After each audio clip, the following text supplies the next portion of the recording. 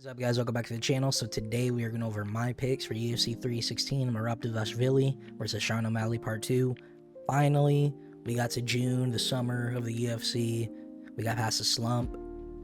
We got a lot to talk about. This is a great main card. Let's get right into it. I am only going to be covering the main card, even though the prelims are pretty solid. If you want to see all of my picks, make sure to follow me over on Twitter at SoccerNDsLive.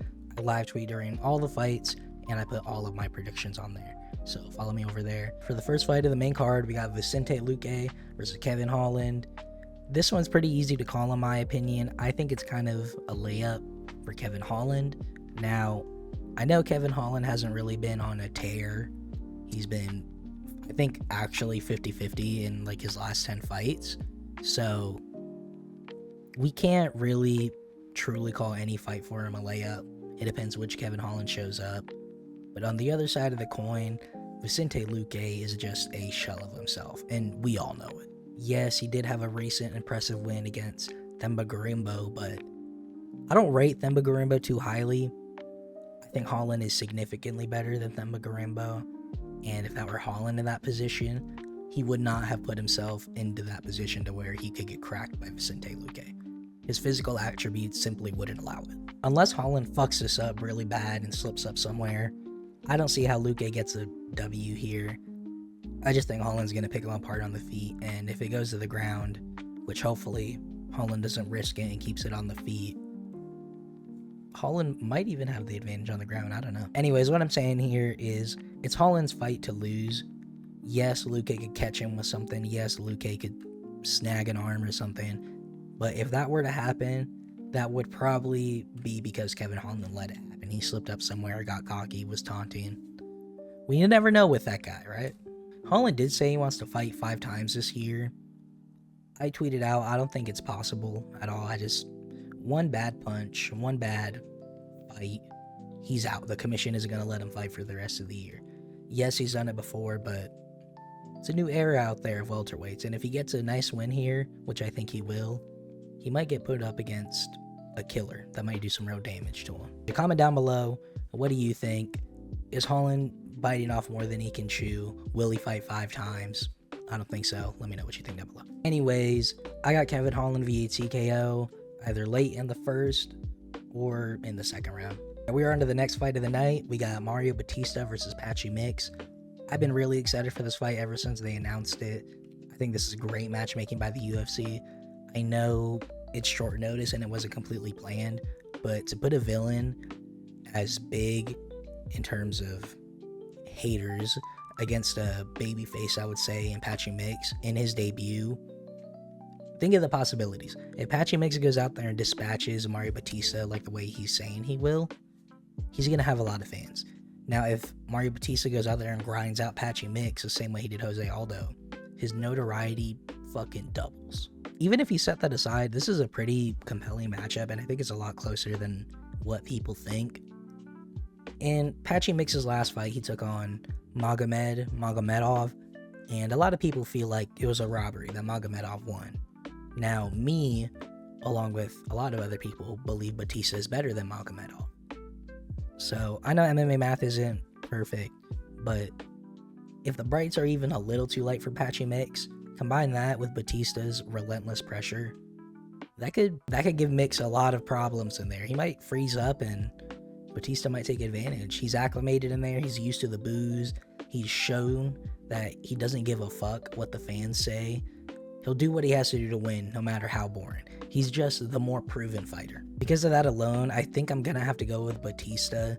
Yes, Mix can win, and I really wouldn't be surprised if he does. I like Patchy Mix a lot, but it's hard for me to go against the proven UFC fighter who's on a win streak in Bautista, especially when he's taking on Patchy Mix in his UFC debut.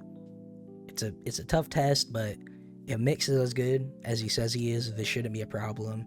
He should blow through Bautista. He called Bautista a journeyman. So I'm excited to see how it goes down, but I can't turn against UFC experience. The UFC is a different level, and that's shown time and time again.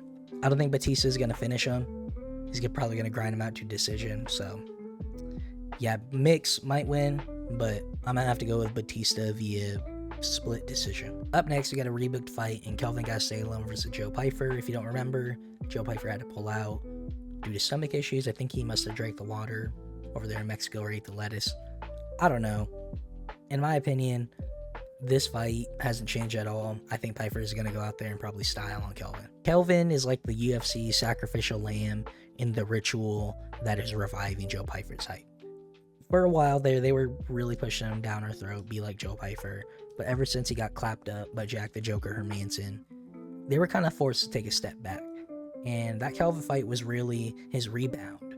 But the fact that he pulled out of that and then started talking shit after, it just wasn't a good look for him. A lot of people didn't like him in general. That turned a lot more people against him. But luckily for him, Bo Nickel lost, and a lot of the haters that like to see an up-and-comer get crushed, they kind of left Joe Pyfer alone. They went over and hopped on the Bo Nickel hate wagon. All that being said, he really is a solid prospect. He has real power and is a real good striker. A way better striker than D-Rod, I would say. And Kelvin had a little bit of trouble with D-Rod striking in their fight. Yes, he was able to take D-Rod down at will, but if Joe Pyfer can stop the takedowns, it's not looking good for Kelvin Gastelum. Kelvin's path to victory is clinch work, making it dirty, really making Pyfer uncomfortable in there. But Pyfer isn't a rookie, right? He's an up-and-comer, but he's not really a rookie. Like I said, I think if he could stop Kelvin from taking him down and clinching with him, Kelvin's head, Kelvin's body, it's going to be there for him, and he's probably going to rip to it. And I think he's going to finish Kelvin. I would love to see Kelvin win. I think a prime Kelvin, this fight is a lot different. Yes, he may have been training since their first fight. When was that, May or March? But he could be training his ass off. His time is long gone. It's just surpassed him. He spent too much time being out of shape, half-assing it, whereas Pyfer's probably been grinding.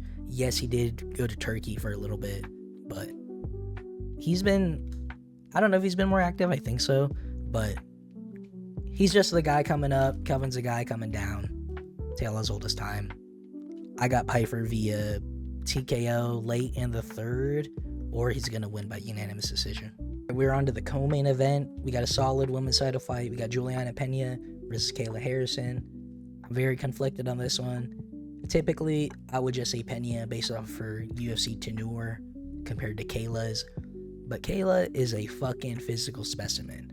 I mean, we don't have to beat around the bush. She is fucking jacked. Not to mention, Kayla Harrison is a 2-time gold Olympic medalist in judo, I believe. So, that alone, logic would tell you that Kayla is going to go in there and do what she wants with Pena. But the reason I'm so conflicted is, it's, like I said earlier, it's impossible for me to overlook UFC tenure, and Pena has that. On top of that, she shocked the world before. She's beaten Amanda Nunes when nobody thought she would. And it almost feels like she's in a similar position now. I would imagine Kayla has more of an ability to win easily than Pena. And what I mean by that is, we can imagine Kayla going out there and dominating Pena, but I can't really imagine Pena going out there and dominating Kayla. If Pena were to win, I think it'll be a pretty close fight. She'll probably take some shots, have a few dicey moments in there. But I really can't count out Pena the way everybody else is. Like I said, she shocked the world before, and she has way more UFC experience at the highest level. Yes, Kayla was getting some good wins outside of the UFC, but it's not the same as a UFC level. I think the Ketlin Vieira fight really kind of exposed a lot about Kayla. Kayla's not fully comfortable on the feet, and I think that really opens up a way for Juliana to win. If Juliana can keep Kayla on the feet, don't let Kayla grab her and fucking manhandle her, which I'm sure she can win. She's probably a lot more comfortable on the feet than Kayla is. And yes, Kayla will have the power on her side, but she looked a little awkward on the feet in her last fight. So there's a clear path for Pena. On the other hand, there's a more clearer path for Kayla. Kayla just has to grab Pena, and I don't know if Pena is going to be able to break that grip, just in general. Kayla's fucking strong, man. She looks huge. So, yeah, if Kayla gets to the top of Pena, I don't know if Pena's going to get back up. But yeah, that's pretty much what my pick is based off of. Kayla's the way better athlete. There's no debate about it. But she doesn't have that MMA experience that Juliana Pena does. So because of that alone, I know this is fucking crazy. I'm gonna have to go with Juliana Pena, guys. I don't know. I think she can shock the world again. She might go out there and finish Kayla. As the fight goes on, I think it's gonna go in Juliana Pena's favor. I really do. Juliana's been in dogfights before. I don't know if we've really seen Kayla in a nasty dogfight. If Pena can make it dirty, keep it on the feet, make Kayla really uncomfortable, you never know, guys. You never know. I think she could pull it off. I think she knows what she has to do here, and I think she's gonna give it all she got. This is kind of crazy, but I'm gonna have to officially pick Juliana Pena via comeback, split decision. People might say it's a robbery, but if she can survive the onslaught of the first couple rounds, maybe the first 3 rounds, I think it's gonna get in her favor and she's gonna start landing some more shots. So I won't be surprised if Kayla goes in there and ragdolls her, but I just can't turn my back on all the UFC experience, so I'm gonna have to go with Juliana Pena. I also want to say, I think all the hate she gets is somewhat undeserved. I appreciate that she's like the only good women's fighter that can sell. So we gotta support these. We gotta support them, guys. She's trying to sell, and I think it's entertaining. I really enjoyed the fact she was booing Nunes during her fake retirement. I mean, she was vindicated. Nunes is coming back. So I digress. Let's move on to the main event. Alright, guys, we're on to the main event at UFC 316. We got Merab versus Sean O'Malley. Now, I had already kind of had my pick ready for this one at Merab, right? But as the fight got closer, my mind really started, flipping and changing my decision. I couldn't decide. Now, that's because, obviously, the serious O'Malley gimmick. He's not dyeing his hair. He's not jacking off. He's not smoking weed. He's been family man. He's dialed in, right? But mainly, I forgot about the fact that O'Malley pretty much knew he was going to rematch Merab when he left the Sphere that night. O'Malley knew his next fight was going to be with Merab, assuming Merab has the belt. That being said, he's been in a training camp that's been as long as a little bit under a year, waiting for Merab. Yes, he had to get surgery, but that's a lot of time. Merab had to prepare for Umar, completely different than Sean O'Malley. Merab also mentioned that his weight cut was hurting him, whatever that means, so that may affect him that night. And he broke his pinky toe. We know Merab has fought. He's a crazy guy. That probably won't affect him too much, but it's still there. And I didn't even mention that if the torn labrum shit is true, which I would think it is, I would imagine O'Malley wouldn't lie like that, O'Malley is going to objectively be a lot better this time around, even if that means he's just a little bit quicker. Another thing too is we all know Merab's game plan. He's going to go for the takedown. If he doesn't get it, he's going to go for it again. He's going to go for it again, until you can't keep up, but he's still going. That's his game plan. He does that to everybody. So that helps O'Malley know what to prepare for. Honestly, I don't think O'Malley is a better fighter than Merab. I just don't. I think Merab is probably the greatest 135er of all time. But O'Malley just has that power and that reach, that length, to where he can knock out anybody, including a prime Merab. We've seen Merab hurt before, against lesser strikers, arguably. Combine that with the fact that O'Malley now knows those early rounds, those first 2-3 rounds, are his best chance of doing real damage to Merab. Because he may just accept that he's not going to have the cardio of Merab. Especially in those later rounds, he's not going to be able to grapple at the level of that Merab can in the 4th, in the 5th round. So I think he's going to go in there knowing he needs to get Merab out of there within the first 3. And we got to see if Merab can survive that. If he goes in there spamming those teep kicks, same as the ones that he threw at the end of the 5th round last time, we don't know if Merab's going to get out of there. Now, we have seen Merab be defensively sound for the entirety of a fight with O'Malley. We've seen it before. But rematches are tricky. And O'Malley's coming in super serious. I believe him that he's locked in and dialed in. And like I said, if that torn labrum shit is true, he's going to be objectively better, at least physically, at a minimum. So if Merab is ready for that, which there's a really good chance he is, he's, like I said, he's probably the greatest of all time at 135 for a reason, then he'll have no problem. He's going to once again expose O'Malley, I would say. But we'll see. I don't know, man. I'm a mark. I'm falling for the serious O'Malley gimmick. I think he could pull it off. Yeah, I'm probably gonna regret this, but I got O'Malley via a round 2 TKO, and if that doesn't happen, that's because Merab is toying with him. If Merab goes out there and somehow knocks O'Malley out on the feet, I don't fucking know. I don't know. That'd be batshit crazy. That would mean he really is the best of all time at 135. That would be insane. Yeah, I got O'Malley. I think I picked him last time. Probably gonna be wrong again.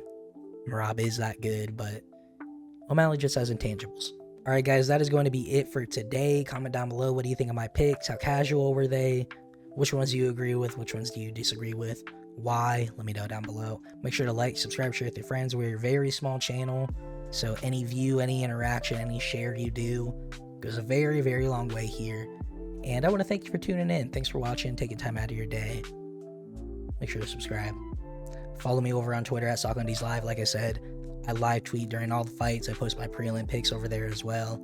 And I'm a lot more reactive over there. If you want to comment back for me or something, I'll respond like that over on Twitter.